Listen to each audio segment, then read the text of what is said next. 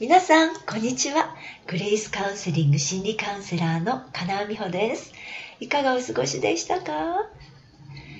時々テレビ番組で夫や恋人の携帯を見たことがありますか？という質問を耳にします。皆さんはどうでしょう？こっそり見たことってあるでしょうか？でもどうして私たちは携帯を見ずにいられないんでしょう？一体どんな時に見たくなってしまうんでしょう？良くないなって知ってるのについつい見てしまうのは大丈夫ということを確認したいからですよね。安心したいという心理です。もしかしたら私に秘密を持ってるかもしれない。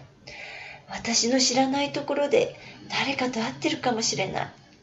そんな風に考え始めれば誰だっていたたまれなくなります。それはもう自分は愛されてないかもしれないという不安です。だからまだ愛されているということを確認したくて見てしまうんです。でもなぜ不安になるんでしょう？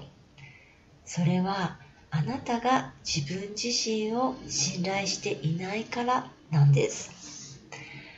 私たちは大切な人に愛されて生涯の人として選ばれれば自分の自信のなさも一気に解消できると考えます。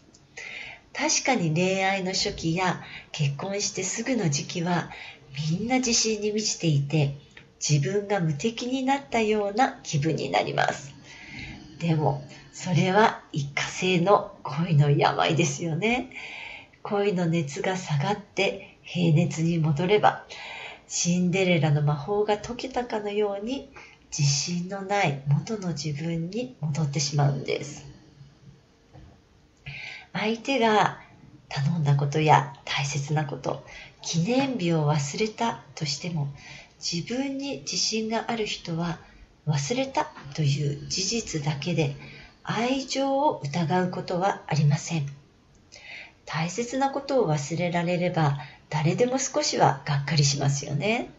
でも自分に自信がある人は次はこうしてねと焦点を絞ってメッセージを伝えられるから問題が複雑にはならないんです。でも自信がないと大切なことを忘れてしまったイコール自分への関心が薄れている、つまり自分をもう愛していないと考えるからそのことに深く傷ついてしまうんです。うっかり忘れた相手にどうして忘れたのと聞く言葉の裏にはもう私を愛していないんでしょという不信感が実は含まれています。そうなると問題はうっかりしたというだけでは済みません。あなたが安心して納得するまで僕の愛は永遠に変わらないということを証明しなくてはならなくなります。でも相手からしたらどうでしょう？愛情が変わった覚えもないし、またやましいことも特にないのに、ちょっと忘れただけなのに、本当にまだ私を愛しているの？と問われて、その度に愛情の証明から始めなくてはいけなかったら、これはとってもエネルギーがいります。こういうことが時々あれば、自分を全然信頼してくれないことに相手が疲れて、本当に愛情を壊してしまうこともあるんです。男性は女性が自分を信頼してくれるときに愛情を感じるものだからです。だから安心したいだけといくらあなたが思っても結果的に2人の関係にひびを入れてしまうことになるんです。だからといって心配するのはやめた方がいいと理屈で理解したとしても不安感が収まるわけではないですよね。そんな時はどうすればいいんでしょうか。努力をしているのにたびたび喧嘩になったり不安で確認せずにはいられない自分がいるのなら愛される努力をすることよりも自分を愛する努力をしてほしいと思います。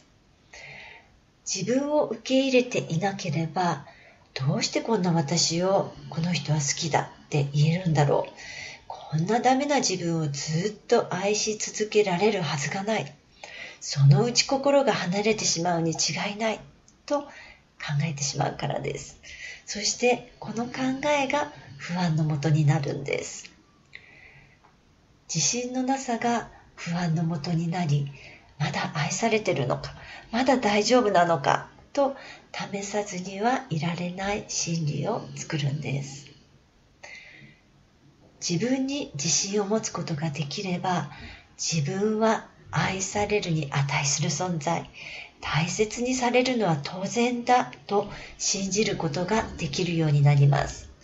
そうすれば、そんな自分が選んだ相手のことも信頼できるようになるんです。だからどうぞ自分の自信を深める努力から始めてみてください。今日の話、皆さんはどう思いましたか？悩みはあなたとあなたの家族がもっともっと幸せになるための贈り物。大丈夫。あなたにもできます。ではまた。